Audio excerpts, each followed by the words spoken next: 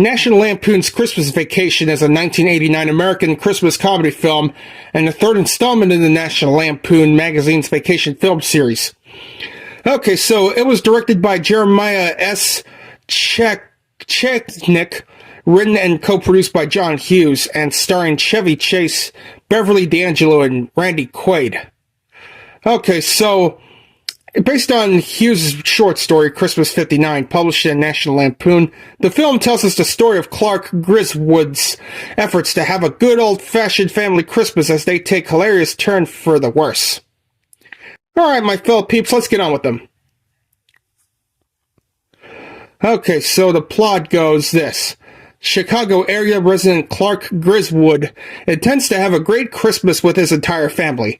He drives his wife Ellen and his children Audrey and Rusty out to the country to find a tree, ultimately choosing the largest one they could find. Well, damn, are they gonna fit the fucking Christmas tree into the fucking top of the fucking SUV or whatever vehicle they have? Realizing too late that they did not bring any tools to cut down the tree, they are forced to uproot it instead. While Clark is checking out at a mall, he sees the beautiful cashier and talks to her. Clark's holiday plans inadvertently cause steadily escalating chaos for the family's yuppie neighbors and... yeah, they're not his yuppie neighbors. Shit. Todd and Margot Chester. Okay? When both Clark's and Ellen's parents arrive for Christmas, their bickering quickly begins to annoy the family. However, Clark maintains a positive attitude and remains undeterred in his plans. He covers the house's entire exterior with thousands of lights, which temporarily cause a citywide power shortage once he gets them to work properly. Oh shit, looks like you really had a fucking blackout. Which sucks. Alright, Ellen's cousin Catherine and her redneck husband Eddie arrive unannounced with two of their younger children, Rocky and Ruby Sue, and their pet Rottweiler, Snots. Eddie later admits that they are living in the RV which they arrived, as he went broke and had to sell their home and land. Clark offers to buy gifts for Eddie's kids so they can still enjoy Christmas. So selfless, right? Soon afterwards, Clark's senile Aunt Bethany and cantankerous Uncle Lewis arrive. Clark begins to wonder why his boss, Frank Shirley, has not given him his yearly bonus, which he desperately needs to pay for a new swimming pool. Oh, come on, is there no such thing as a Christmas bonus no more? Ain't this a bitch? After a disastrous Christmas Eve dinner, which Aunt Bethany's cat is electrocuted and Uncle Lewis accidentally burns down the Christmas tree while lighting his cigar, a courier delivers an envelope. Instead of the bonus Clark expects, it's a membership in the Jelly of the Month Club. A membership in the Jelly of the Month Club? Oh, what the fuck? Damn. Clark has been looking for a fucking bonus for a whole goddamn year if he says something about that. But what he gets? A membership of the Jelly of the Month Club? Oh, come on, that's a fucking bitch slap to the face for all your goddamn hard work, man. What the hell?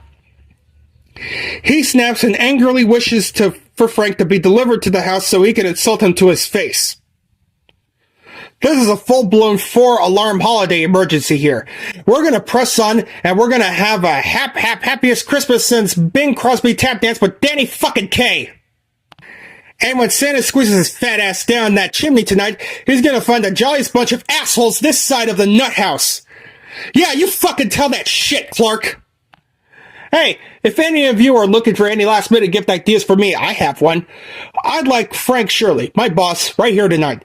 I want him brought from his happy holiday slumber over there on Melody Lane with all the other rich people, and I want him brought right here with a big ribbon on his head, and I want to look him straight in the eye, and I want to tell him what a cheap, lying, no-good, rotten, four-flushing, low-life, snake-licking, dirt-eating, inbred, overstuffed, ignorant, blood-sucking, dog-kissing, brainless, dickless, hopeless, heartless, fat-ass, bug-eyed, stiff-legged, spotty-lipped, worm-headed sack of monkey shit he is. Hallelujah! Holy shit! Where's the Tylenol? Yeah, I'm gonna need that fucking Tylenol for ranting on Home Alone 3 for this shit. Alright, taking Clark's request literally, Eddie kidnaps Frank, who admits to canceling the Christmas bonuses, but then reinstates them in the face of Clark's confrontation or whatever it is. Yeah, some confrontation, right? Frank's wife Helen calls the police and a SWAT team storms the Griswold house and holds everyone at gunpoint. Uh-oh, that's fucked up. Frank decides not to press charges and explains the situation to his wife and the SWAT leader, both of whom scold him for canceling the bonuses until he reveals his change of heart. The family goes outside when Rocky and Ruby Sue believe they see Santa Claus in the distance. Clark tells them it is actually the Christmas star and that he finally realizes what the holiday means to him. Okay, so the fucking Christmas star. It sure is special, right? Uncle Lewis says the light is coming from a sewage treatment plant. Uh-oh, that's not a good sign, right? Reminding Clark that Eddie had been dumping his RV sewage into a nearby storm drain. Before Clark could stop him, Uncle Lewis lights another cigar and tosses the match into the drain, causing a giant gas explosion which sets a Santa sleigh decoration on fire and launches it into the sky. Aunt Bethany starts singing the Star-Spangled Banner, and everyone joins in as the flaming decoration flies into the distance. The entire family, along with the Shirleys and the SWAT team, go inside to celebrate while Clark and Ellen share a Christmas kiss. Clark is satisfied that he has provided a great Christmas for his family. Well, way to end the fucking movie with an explosion. National Lampoon's Christmas Vacation originated from a short story by writer John Hughes called Christmas 59, which was published in December of 1980, issue of National Lampoon magazine. Because there's more. Okay, the studio came to me and begged for another one, and I only agreed because I had a good story to base it on. That's what John Hughes said. He said, but those movies have become a little more than Chevy Chase vehicles. Director Chris Columbus initially was directed the film, but due to the personality clash between himself and Chase, Columbus left the film and was replaced by Chechnik. Hughes eventually gave Columbus the script to Home Alone. The principal photography began on March 17, 1989 in Summit County, Colorado, with footage shot in Silver Throne, Breckenridge, and Frisco. From there, the production moved to Warner Bros. Ranch facilities in Burbank, California, where the set of the Griswold family's house and street is located. Filming wrapped on June 30th, 1989. The musical score for this movie was composed by Angelo Badalamenti. It is the only installment of the vacation film series not to include Lindsey Buckingham's Holiday Road. Uh-oh. So yeah, not everything has to be perfect as like you expect, huh?